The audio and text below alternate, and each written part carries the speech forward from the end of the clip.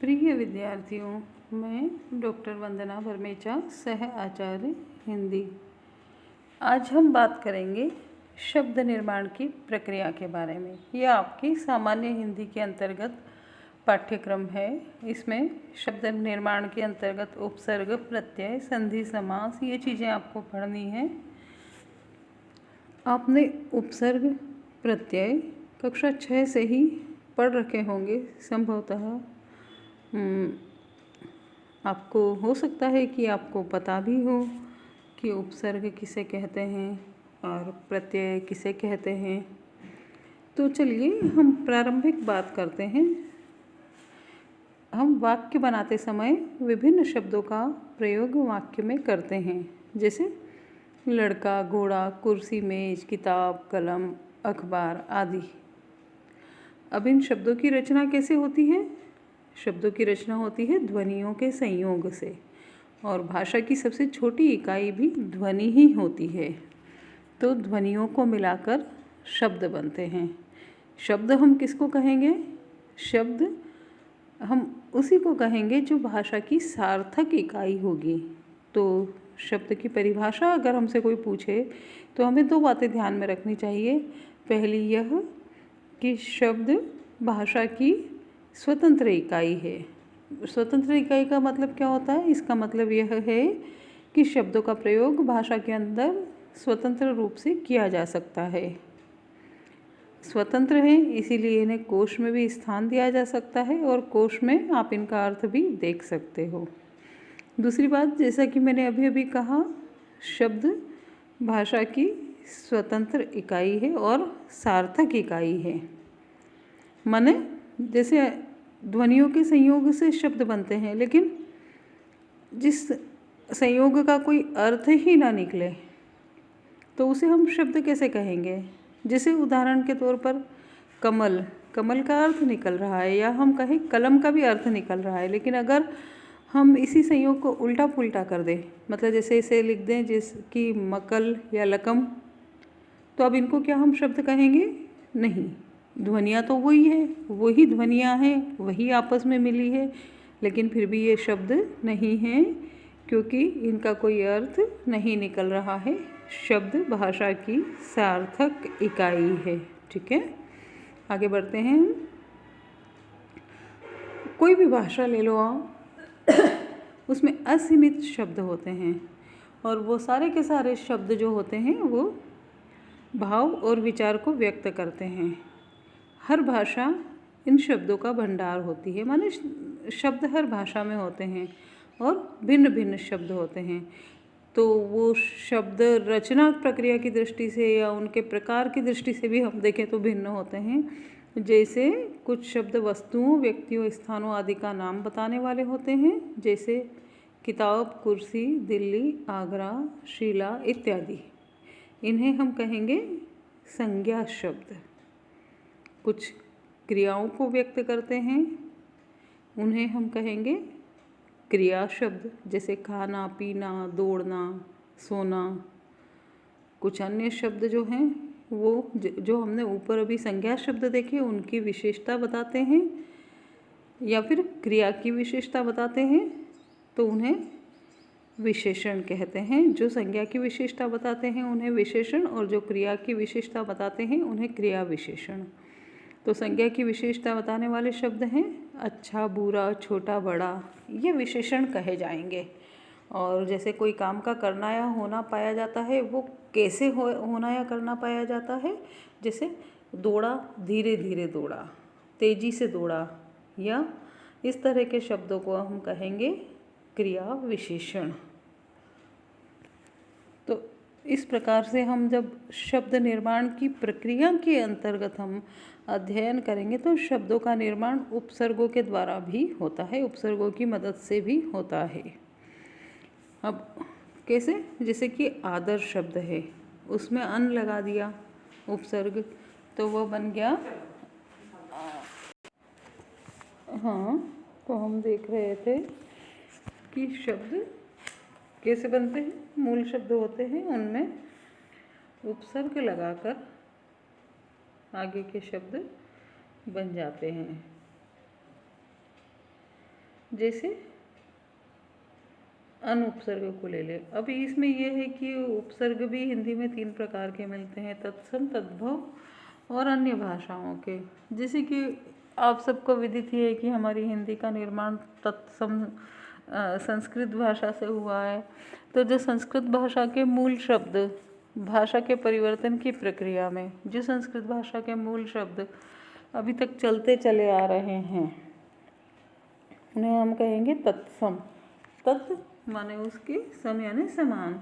तो यहाँ तत्सम शब्द का अर्थ है कि संस्कृत भाषा से जो आए हैं शब्द मूल रूप में वैसे ही विद्यमान है बिना परिवर्तन के, उन्हें हम तत्सम कहेंगे। तो तत्सम उपसर्ग भी हिंदी में है। मैंने जैसे कि आपको कहा कि हिंदी में उपसर्ग 3 कोटियों में इनको बांटा जा सकता है, तत्सम, तद्भव और अन्य भाषाओं से आगत शब्द, विदेशी शब्द। हिंदी में कुल 22 संस्कृत के उपसर्ग हैं। इन उपसर्गों से बने वे शब्द हमें बहुतायत से हिंदी में मिल जाते हैं। तो कुछ उदाहरण हमें पढ़ना ज़रूरी है, क्योंकि परीक्षा में भी आपसे ये भी पूछा जा सकता है कि उपसर्ग किसे कहते हैं, लेकिन साथ साथ ये भी पूछा जाएगा कि इस उपसर्ग से शब्द बनाओ या इस शब्द में कौन सा उपसर्ग है। तो हमें विस्तार से इन्हें पढ़ना आवश्यक है। तो कुछ उपसर्ग संस्कृत वाले जो हैं वो हम आज देख लेते हैं। सबसे पहला उपसर्ग है अति। अति माने अधिक। अब इस अति शब्द से बनने वाले उपसर्ग हैं अतिरिक्त, अतिक्रमण, अतिशय। ये तो आपको सीधा सीधा दिख रहा है कि यहाँ पर अति लगा हुआ है, लेकिन अत्यंत, अत्याचार, अत्युत्तम या अत्यधिक भी अति उपसर्ग से ही बने हैं। अब ये परिवर्तन कैसे आ गया उसके लिए आपको संधि भी पढ़नी पड़ेगी कि अति प्लस अधिक ई प्लस अ होता है तो क्या बनता है।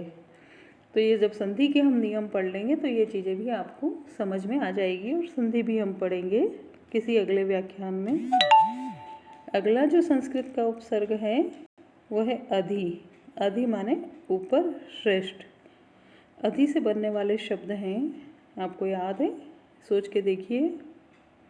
अधिकार, अधिनायक, अधिकरण, अध्यादेश, अध्यक्ष, अधिशुल्क, अध्ययन इत्यादि। तो अति पढ़ा हमने उपसर्ग, अधि पढ़ा। फिर हम देखते हैं अनु। अनु का मतलब होता है पीछे, समान या बाद में आने वाला। अनु से बने हुए शब्द अनुभव, अनुभूति, अनुकरण, अनुरोध, अनुशासन, अनुवाद, अनुकंपा, अनुराग, अनुकूल, अनुचर इत्यादि इत्यादि। अति, अधि, अनु। फिर हम देखेंगे अप। अप उपसर्ग से बनने वाले शब्द, ये सब तत्सम उपसर्ग चल रहे हैं हमारे साथ साथ। अप का मतलब होता है बुरा, हीन। अपयश, अपमान, अपव्यय, अपशब्द, अपकार, अपहरण, अपवाद, अपशकुन, अपकीर्ति, है ना। जो भी मूल शब्द है उसका यश का अपयश। तो यहाँ पर उपसर्ग लगाने से विरुद्धार्थी शब्द भी बन रहे हैं, क्योंकि जो मूल शब्द है उसका बुरा या कमतर हमें अप जोड़कर मीनिंग निकालना है या निकल रहा है। फिर अगला उपसर्ग है अभि। अभि का होता है मतलब सामने, और नहीं, और।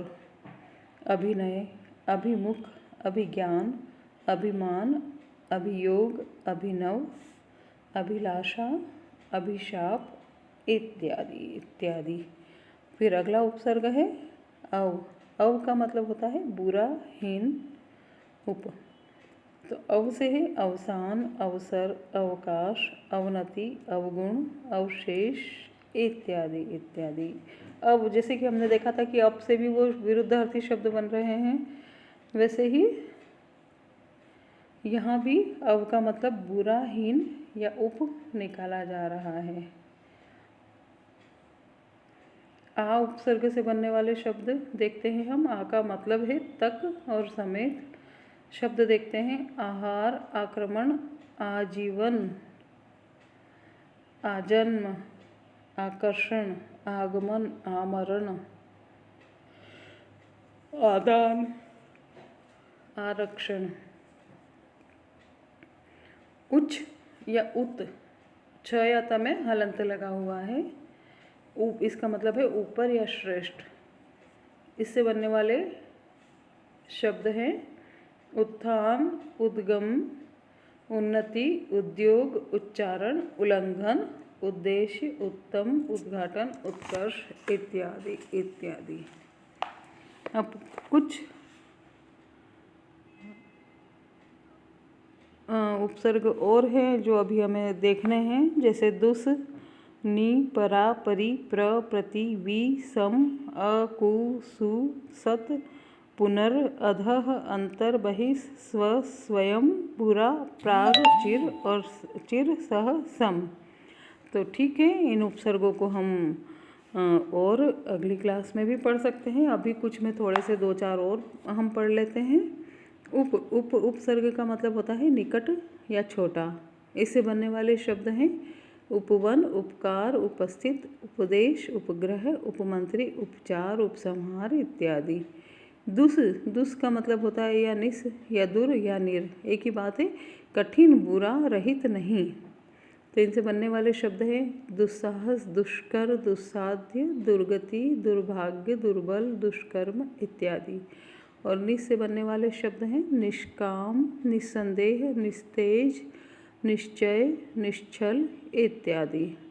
फिर छोटी की मात्रा नाम है नी का मतलब होता है नीचे, निषेध, नियुक्त, निबंध, निवास, निषेध, नियम, निपात, निरोध, निरूपण इत्यादि।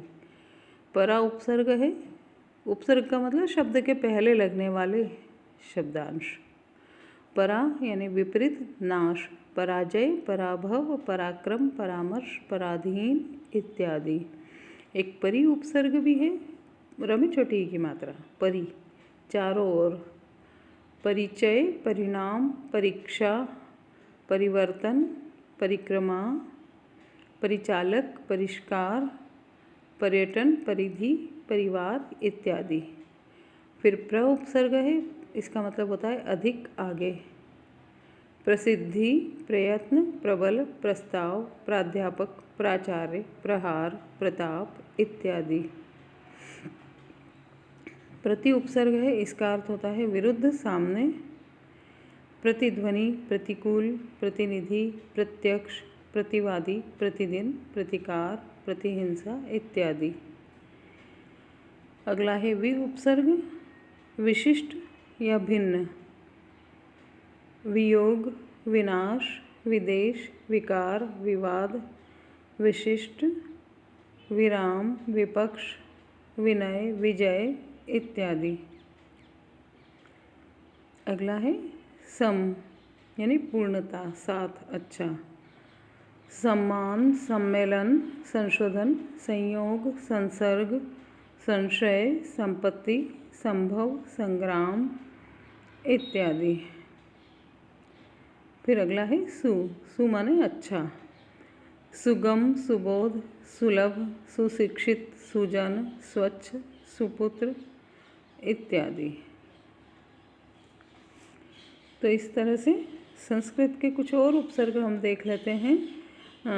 जैसे कि क्या हुआ था कि कुछ शब्दांश जो प्रायः समास रचना के पहले भाग में आते थे वो इतने प्रचलित हो गए कि उनका प्रयोग हिंदी में उपसर्गों की भांति होने लगा। तो ऐसे उपसर्गों में से जैसे है कि अ, निषेध, इसका अर्थ है अ जहाँ लग जाता है वहाँ ये निषेध का अर्थ देता है। जैसे अज्ञान, अभाव, अहिंसा, असुंदर, अधर्म, अकाल इत्यादि। कु का मतलब है बुरा, यानी जिस शब्द के साथ लगेगा उसका बुरा अर्थ देगा। जैसे कुकर्म, कर्म, कुकर्म यानी बुरा कर्म। कुयोग, कुपुत्र, कुरूप, कुपात्र। सु माने अच्छा, तो यहाँ पर सुपुत्र, सुपात्र, सुकर्म इत्यादि। सत माने भी अच्छा होता है, सत्पुरुष, सत्कर्म, सद्गति, सदाचार, सज्जन इत्यादि। इस तरह से कुछ और उपसर्ग भी है, तो आप पढ़ते रहिए, अध्ययन करते रहिए। ये जो चीज़ें हम पढ़ रहे हैं सामान्य हिंदी में लगता है कंपलसरी पेपर है, इसमें कौन मेहनत करे ज़्यादा, लेकिन जब आप प्रतियोगी परीक्षाओं के सिलेबस देखेंगे तो यही सब चीज़ें भी आपको वहाँ दिखाई देगी। तो अच्छे से पढ़िए, आपको शुभकामनाएँ हैं, स्वस्थ रहिए, मस्त रहिए। धन्यवाद।